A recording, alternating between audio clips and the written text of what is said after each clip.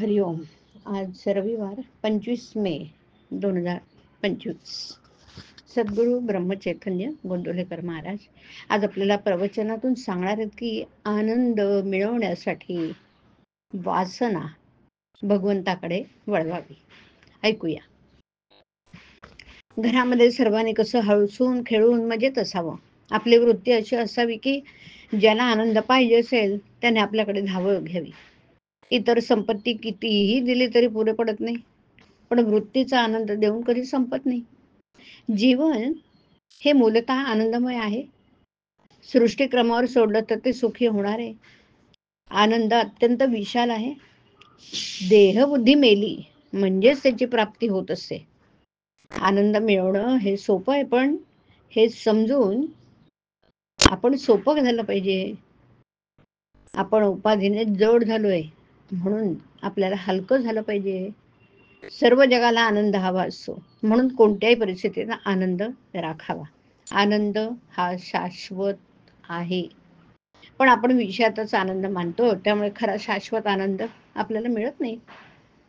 फोड आला म्हणजे खाज सुटते. खाजल्यावर रक्त आलं तर एक प्रकारचा आनंद आपल्याला होत असतो, पण म्हणून खाजवतच राहणं हे योग्य होईल का? कुत्र्याच्या तोंडात हाड असताना स्वतःच्या तोंडातलं रक्तच तो चघळत असतो. त्यातले काही रक्त जमिनीवर पडून कमी होत असतं, परंतु तो हाडूक काही सोडत नाही. विषयाचा आनंद हा असाच असतो. कोणतीही वस्तू अस्तित्वात नसतानाही होणारा जो आनंद ते परमात्म्याचं व्यक्त स्वरूप आहे. वासना भगवंताकडे वळवली की मग आनंदाशिवाय दुसरा कोणता लाभ होणार?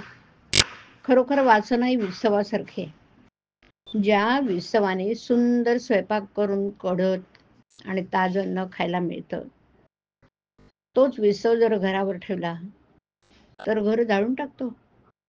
त्याप्रमाणे वासना भगवंताकडे वळवली तर माणसाला आनंदरूप बनवतं, पण विषयाकडे वळवली तर त्याला दुःखामध्ये लोटते.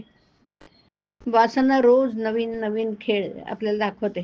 म्हणजे खेळ जुनेच असतात, पण आपली वासना मात्र नवीन असते. वासना म्हणजे अभिमान किंवा मीपणा हा मनुष्याचा शत्रू असून तो त्याच्या आनंदावर विरजण घालतो. वासनेमुळे चित्ताला समाधान नाही हे कळत असून सुद्धा वासनेचा जोर इतका विलक्षण असतो की तो शेवटच्या श्वासापर्यंत जात नाही. ज्याने वासनेला जिंकलं त्याच्यावर भगवंताची कृपा झाली म्हणून समजावं. वासनेला जिंकायला भगवंताच्या नामात राहण्यासारखा दुसरा उपाय नाही. वासना न ठेवता कर्म करणं याचंच नाव संन्यास. जिथे वासना संपली तिथे आनंदच आहे.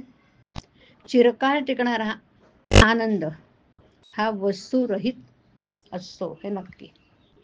हरिओम. हरिओम तत्सत. हरिओम.